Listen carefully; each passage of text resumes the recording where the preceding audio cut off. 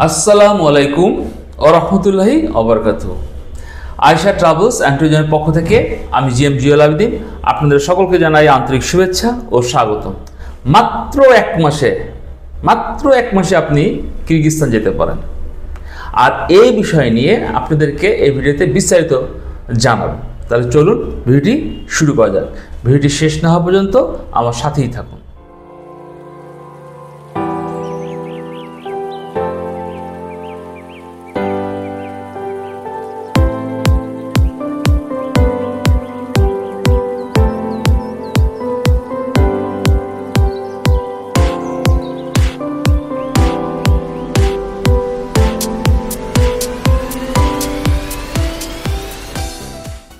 Wikipedia থেকে প্রাপ্ত তথ্য অনুযায়ী কিরগিজস্তান হলো গণপ্রজাতন্ত্রী চীনের ঠিক পশ্চিমে অবস্থিত ছোট্ট একটি দেশ, এবং কিরগিজস্তান হলো মধ্য এশিয়ার একটি ছোট রাষ্ট্র। এই দেশটির পূর্ব থেকে পশ্চিমে বিস্তার প্রায় 900 কিলোমিটার বা আপনি ধরতে পারেন 560 মাইল, এবং উত্তর থেকে দক্ষিণে প্রায় 410 কিলোমিটার বা 250 মাইল প্রসারিত। তো এই কিরগিজস্তান সম্বন্ধে বলতে গেলে অনেক কথা বলতে হবে, অনেক সময় প্রয়োজন। তো আজকে আমি আর বিস্তারিত বলবো না। যদি আপনাদের কিরগিজস্তান সম্বন্ধে আরও বিস্তারিত জানার থাকে বা জানার ইচ্ছা থাকে, আমি আপনার এই ভিডিওতে একটি লিঙ্ক দিয়ে দিলাম, ইভেন ভিডিওর ডিসক্রিপশনে লিঙ্কটি থাকবে। আপনি সেই লিঙ্কে ঢুকে কিরগিজস্তান সম্বন্ধে বিস্তারিত জানতে পারবেন। তো আপনারা ওইখান থেকে আশা করি বিস্তারিত জেনে নেবেন। আমরা এখন আজকে আমার যে মূল উদ্দেশ্য নিয়ে ভিডিওটি করা, আমরা এখন চলুন সেই আলোচনাটা করি।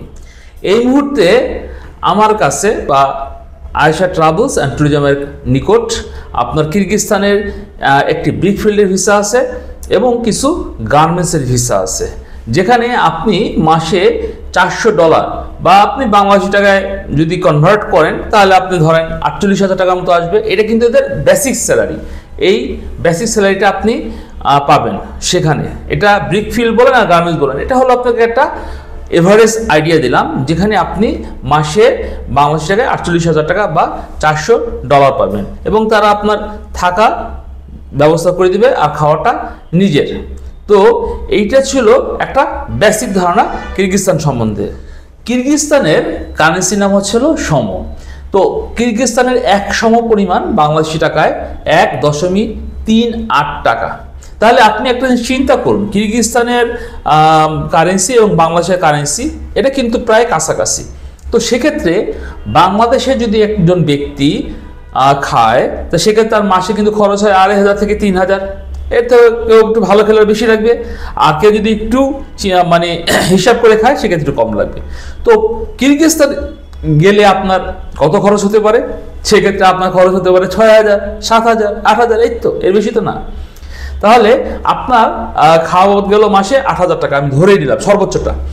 এছাড়া আপনারও আরও আনুষঙ্গিক কিছু খরচ আছে, মোবাইল বিল, বা আপনি যদি একটু ধূমপান করেন বা অন্য অনেক খরচ থাকতে পারে, তাহলে সেটা আমি ধরলাম 5,000। তো 5,000 আর এদিকে ধরেন 8,000, সব মিলে কিন্তু আমি ধরলাম 15,000। আমি সব মিলে ধরলাম 15,000 টাকা আপনি খরচ। তাহলে আপনার বেসিক স্যালারি হচ্ছে মাসে কত? 50,000, আর 15,000 যদি আপনার খরচ চলে যায় তাহলে থাকছে কত? 35,000। তাহলে মাসে কিন্তু আপনার থাকছে কত? 35,000। এটা কিন্তু আপনি বেসিক স্যালারি হিসাব করে আমি বলছি। বাট আপনি কি শুধুই বেসিক স্যালারিটা পাবেন? একটা গার্মেন্টসে বা একটা প্রতিষ্ঠানে মানুষ কি শুধুই 8 ঘন্টা কাজ করে সকাল 9টা টু 5টা? কখনোই না। অবশ্যই সেখানে আপনার ওভারটাইম করার সুযোগ থাকে, এবং কিরগিজস্তানে ওভারটাইম করে একজন শ্রমিক, একজন ব্যক্তি মাসে 60 থেকে 65-70 পর্যন্ত ইনকাম করতে পারে। এবং আমি হিসাব করে দেখেছি, যদি আপনি নিজের খাওয়া বাবদ খরচ করেন, হাত খরচ করেন, তাও সব বাট্টার দিয়ে মাসে প্রায় আপনার 50 থেকে 55,000 টাকা আপনার মাসে থাকবে, আপনি যেটা দেশেও পাঠাতে পারবেন। তো এই ছিল আসলে কিন্তু কিরগিজস্তানের হিসাব, অর্থাৎ আপনার মাসিক ইনকাম এবং খরচ। কিরগিজস্তানে আপনি যখনই যাবেন তখন কিরগিজস্তান থেকে কিন্তু রাশিয়া যাওয়া অনেক সহজ।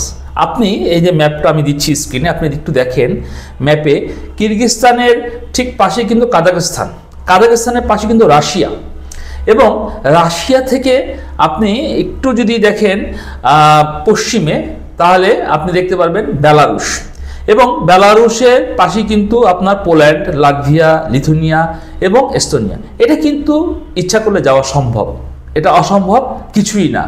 তো সেক্ষেত্রে আপনাকে কিন্তু কিরগিজস্তানে একটু ধৈর্য ধরে একটা সময় আপনাকে অপেক্ষা করতে হবে, পথঘাট চিনতে হবে, ভাষা বুঝতে হবে, করে কীভাবে যাওয়া যায়।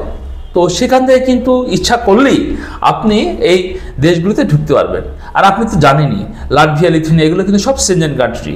তো কিরগিজস্তান থেকেও কিন্তু আপনি এই সেনজেন কান্ট্রিতে যাওয়ার স্বপ্ন দেখতে পারেন। কিরগিজস্তানের সবচেয়ে মজার বিষয় হলো যে কিরগিজস্তানের কিন্তু 90% মানুষই মুসলিম এবং তারা কিন্তু সুন্নি মুসলিম। এর ফলে কিরগিজস্তানের আপনার থাকা, খাওয়া, ওঠা বসা, আচার আচরণ, কথাবার্তা এটা বলতে গেলে বাংলাদেশের মতোই।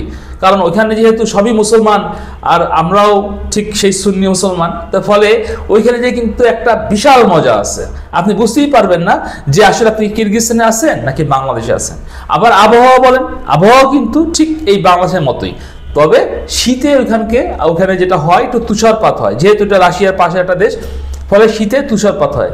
এবং শীতে যখন তুষারপাত হয় সেটা কিন্তু সেই ব্যাপক তুষারপাত না, একটু হালকা তুষারপাত হয়।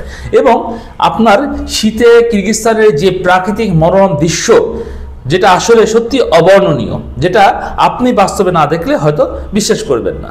সুতরাং যারা অতি অল্প সময়ে, অল্প টাকায় আপনারা কোথাও যেতে যাচ্ছেন, অর্থাৎ বিদেশে যেতে যাচ্ছেন আয় করার জন্য, ইনকাম করার জন্য, তাদেরকে আমি বলবো যে কিরগিজস্তান কিন্তু হতে পারে আপনার জন্য একটি উত্তম ঠিকানা। কেননা এই কিরগিজস্তানে আপনি যেমন এই 1 মাসের মধ্যে অতি অল্প সময় ঢুকতে পারবেন, আবার এখান থেকে কিন্তু আপনার আবার সেই ইউরোপে যাওয়ার বা সেনজেন কান্ট্রিতে যাওয়ার একটা হাতছানি রয়েছে। তো সুতরাং অবশ্যই কিরগিজস্তানটা কিন্তু একটি সুন্দর এবং উত্তম জায়গা যারা অল্প সময় বিদেশে যাচ্ছেন। যারা আপনারা কিরগিজস্তানে যাবেন বলে চিন্তা করছেন, আমি আপনাদেরকে অনুরোধ করব আপনারা এখনই আপনাদের ফাইলটি আয়েশা ট্রাভেলস অ্যান্ড ট্যুরিজমের মাধ্যমে আপনারা প্রসেসিং করে আপনারা কিরগিজস্তানে যেতে পারেন। যারা এতক্ষণ আমার সাথে ভিডিওতে ছিলেন তার ভিডিওতে একটি লাইক দিবেন এবং আমার এই ভিডিওটি শেয়ার করে সবার মাঝে তথ্য ছড়িয়ে দিবেন। যারা আমার এই ভিডিওটিকে বা আমাদের চ্যানেলটিকে সাবস্ক্রাইব করেছেন তাদেরকে অসংখ্য অসংখ্য ধন্যবাদ। আর যারা এখনও আমাদের চ্যানেলটিকে সাবস্ক্রাইব করেননি তাদেরকে অনুরোধ করব আমাদের চ্যানেলটিকে সাবস্ক্রাইব করে আমাদের পাশে থাকবেন। সকলেই ভালো থাকবেন, সুস্থ থাকবেন, নিরাপদে থাকবেন। আল্লাহ হাফেজ।